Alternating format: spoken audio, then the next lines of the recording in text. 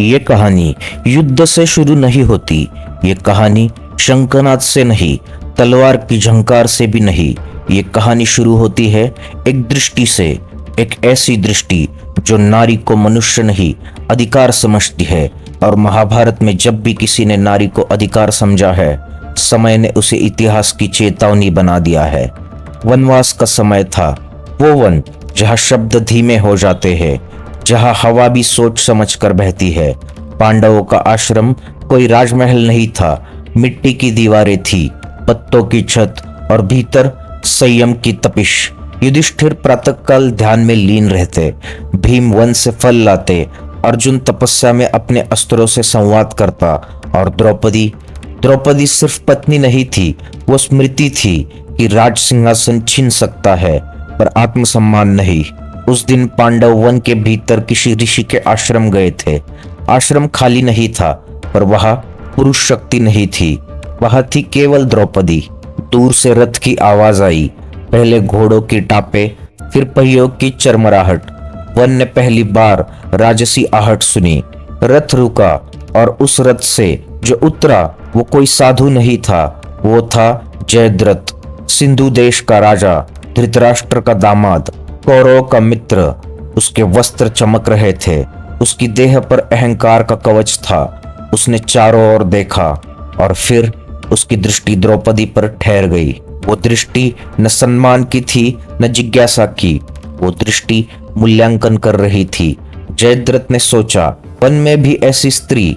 उसके मन में एक ही प्रश्न नहीं था, उसके भीतर इच्छा, सत्ता और अहम एक साथ उठे। उसने पूछा, तुम कौन हो?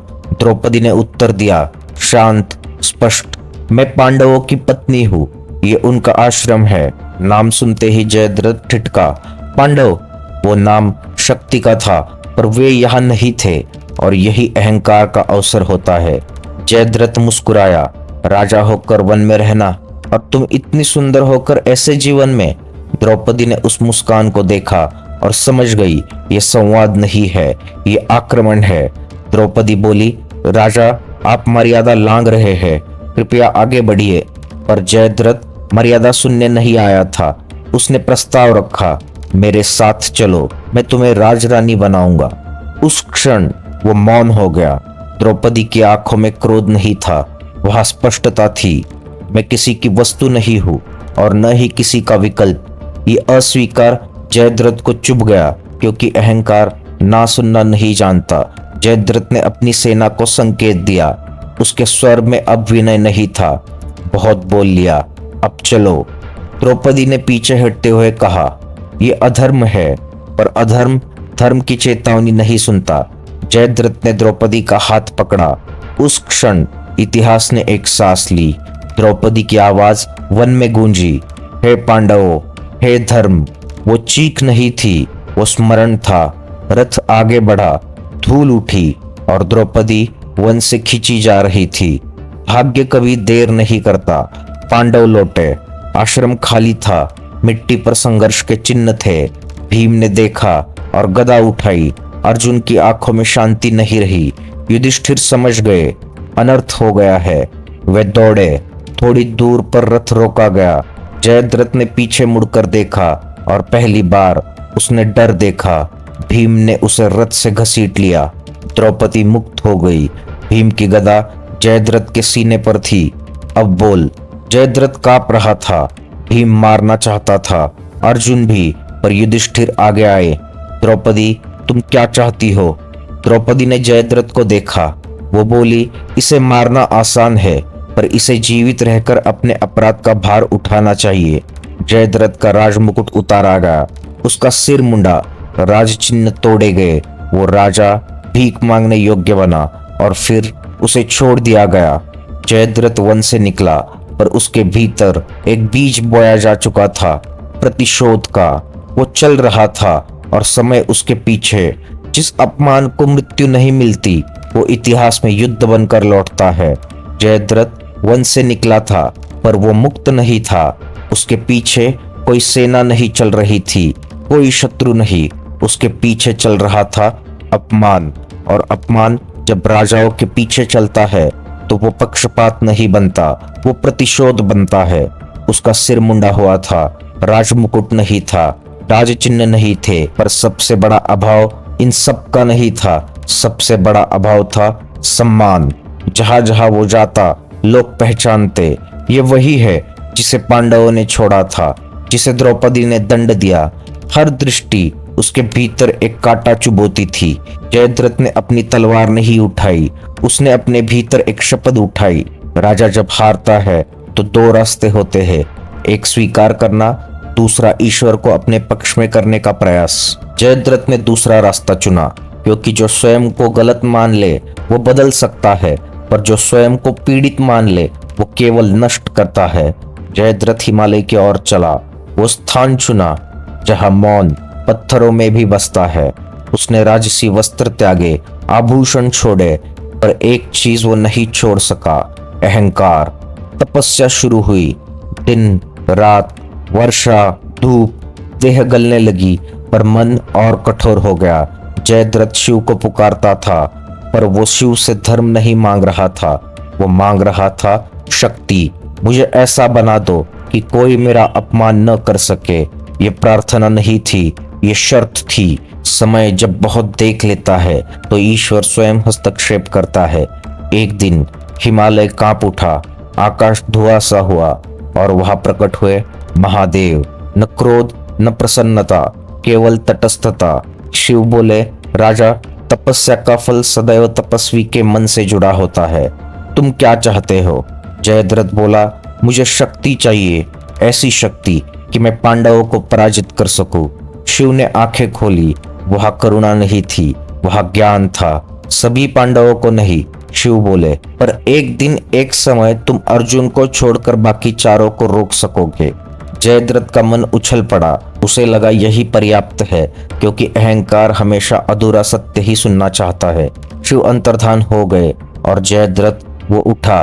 देह में शक्ति थी, मन में गर्व, पर वो ये नहीं समझ पाया वरदान शक्ति नहीं होता, वो परीक्षा होता है। जयद्रथ कुरुक्षेत्र पहुंचा। कौरवों के बीच उसका स्वागत हुआ।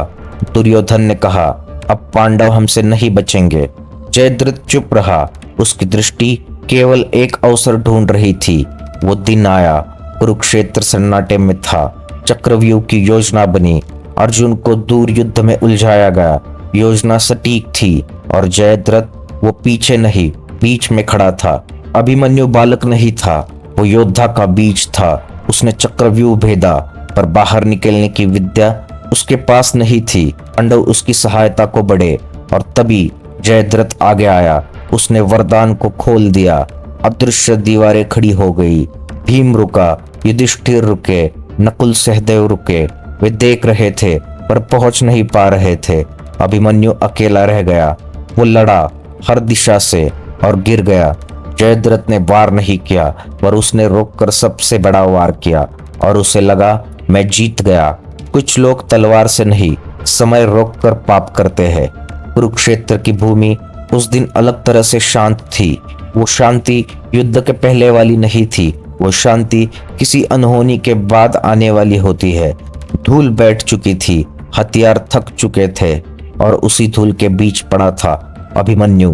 अभिमन्यु की देह घावों से भरी थी, कहीं भाले का निशान, कहीं गदा का प्रहार, पर सबसे गहरा घाव उसके शरीर पर नहीं था। वो घाव कुरुक्षेत्र की आत्मा पर था। वो अभी 18 भी नहीं हुआ था और महाभारत में जब कोई इतनी कम उम्र में मरता है तो देवता भी दृष्टि फेर लेते हैं। दूर से अर्जुन का रथ आया। वो जीत कर लौट रहा था, पर उसके भीतर अजीब सी बेचैनी थी। उसने देखा पांडव असामान्य रूप से मौन खड़े थे। भीम की आंखें झुकी हुई थी। युधिष्ठिर कुछ बोल नहीं पा रहे थे और तभी अर्जुन की दृष्टि भूमि पर पड़ी। अर्जुन रथ से उतरा, धीरे, जैसे उसे डर हो कि तेज चलने से यह दृश्य सच न हो जाए। उसने अभिमन्यु का चेहरा देखा। वो शांत था, बहुत शांत, जैसे लड़ते लड़ते थक गया हो। अर्जुन घुटनों पर बैठ गया। उसने पुत्र के सिर पर हाथ रखा। ठंडा। महाभारत में अर्जुन के आंसू तुरंत नहीं आते, वे पहले शपथ बनते हैं। उसने कोई चित्कार नहीं किया। उसने आकाश की ओर देखा और पूछा, किसने? किसी ने उत्तर नहीं दिया, क्योंकि कभी कभी उत्तर देना और भी बड़ा अपराध होता है। कृष्ण आगे आए, धीरे से बोले, जयद्रथ। बस इतना। अर्जुन की आंखों में वन का दृश्य लौट आया। द्रौपदी, रथ, जयद्रथ सब एक साथ। उसने गहरी सांस ली और पहली बार अर्जुन के भीतर क्रोध नहीं, निर्णय जन्मा। अर्जुन खड़ा हुआ, उसने गांडीव उठाया। पूरा कुरुक्षेत्र सुन रहा था।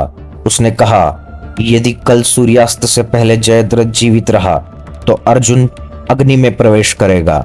ये धमकी नहीं थी, ये प्रतिज्ञा थी। महाभारत में प्रतिज्ञा ईश्वर भी नजरअंदाज नहीं करते। दुर्योधन को जब ये पता चला तो पहली बार उसके चेहरे से आत्मविश्वास गया। जयद्रथ कांप गया। वो जानता था अर्जुन शब्द नहीं फेंकता, वो समय बदल देता है। अगले दिन पूरी कौरव सेना जयद्रथ के चारों ओर थी। भीष्म नहीं थे, द्रोण थे, कर्ण था। सभी जानते थे आज अर्जुन को रोकना युद्ध से कठिन होगा। अर्जुन आगे बढ़ा, हर दिशा से हथियार आए, पर आज अर्जुन नहीं लड़ रहा था, आज समय लड़ रहा था। कृष्ण रथ चला रहे थे। वे शांत थे, क्योंकि वे जानते थे आज युद्ध नहीं, लीला होगी। दिन ढलने लगा, सूर्य धीरे धीरे पश्चिम की ओर झुकने लगा। कौरव में आशा जगी। जयद्रथ ढाल के पीछे छुपा हुआ था। उसने सोचा, बस थोड़ा समय। कृष्ण ने आकाश की ओर देखा और मुस्कुराए। ये मुस्कान चालाकी की नहीं थी, ये मुस्कान न्याय की थी। उन्होंने सुदर्शन उठाया। आकाश में अचानक अंधेरा हो गया। लोग चौंक गए। सूर्यास्त हो गया। कौरव ने हर्ष किया। जयद्रथ सुरक्षा से बाहर आया। उसने राहत की सांस ली। कृष्ण बोले, पार्थ, अब सुदर्शन हटा। सूर्य फिर चमका। अर्जुन ने गांडी ताना। ये बाण क्रोध से नहीं चला, ये बाण संतुलन से चला। शर आगे बढ़ा। जयद्रथ का सिर कटकर दूर जा गिरा, सीधे उसके पिता के यज्ञ स्थल में, जहां पहले से शाप प्रतीक्षा कर रहा था। यदि जयद्रथ का सिर भूमि पर गिरता तो पिता का मस्तक फट जाएगा। और वही हुआ। कुरुक्षेत्र फिर शांत हो गया। अर्जुन अभिमन्यु के पास लौटा। कृष्ण चुप थे। महाभारत में पिता जब शपथ लेता है तो देवता मार्ग बदल देते हैं। जयद्रथ का शरीर भूमि पर नहीं गिरा था, उसका सिर दूर जा गिरा था, उस यज्ञ में जहां एक पिता अपने पुत्र के भविष्य के लिए देवताओं को प्रसन्न कर रहा था। और उसी क्षण दो मृत्युएं हुई, एक राजा की, दूसरी एक सोच की। जयद्रथ के पिता वृद्ध, तपस्वी और पुत्र के प्रति अत्यधिक आसक्त। उन्होंने कभी वर मांगा था, मेरे पुत्र का सिर जो भूमि पर गिराएगा उसका मस्तक उसी क्षण फट जाए। अर्जुन ये जानता था, कृष्ण ये जानते थे, इसीलिए यह वध केवल शक्ति से नहीं, ज्ञान से हुआ। जब जयद्रथ का सिर यज्ञ में गिरा, उसके पिता का मस्तक फट गया और वही एक और सत्य जन्मा। अधर्म की रक्षा में दिया गया वरदान सबसे पहले देने वाले को ही तोड़ता है। कुरुक्षेत्र में युद्ध जारी रहा, पर उस दिन के बाद सब कुछ वैसा नहीं रहा।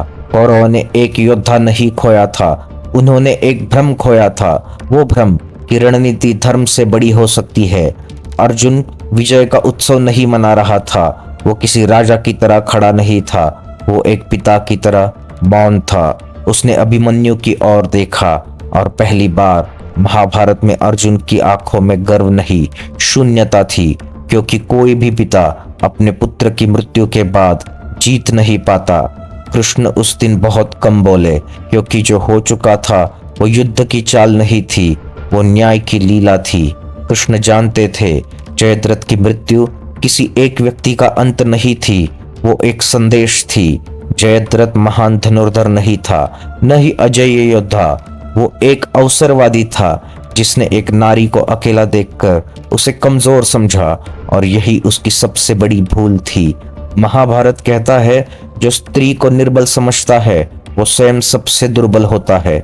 द्रौपदी कुरुक्षेत्र में उपस्थित नहीं थी, पर उस युद्ध में सबसे अधिक उन्हीं की उपस्थिति थी, क्योंकि जयद्रथ का अंत द्रौपदी से ही शुरू हुआ था। वन में एक हाथ पकड़ा गया था, कुरुक्षेत्र में उसी हाथ का परिणाम सिर बनकर गिरा।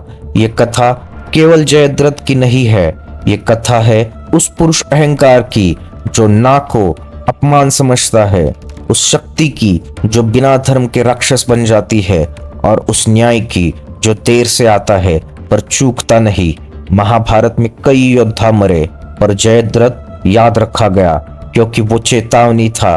उसके नाम के साथ कभी वीर नहीं जुड़ा, उसके नाम के साथ जुड़ा अपमान, अहंकार और परिणाम। कुरुक्षेत्र की धूल धीरे धीरे बैठ रही है, सूर्य फिर से ढल रहा है, कृष्ण रथ से उतरते हैं, अर्जुन आकाश की ओर देखता है और कथा धीरे से कहती है, महाभारत में युद्ध लोग लड़ते हैं पर निर्णय धर्म लेता है।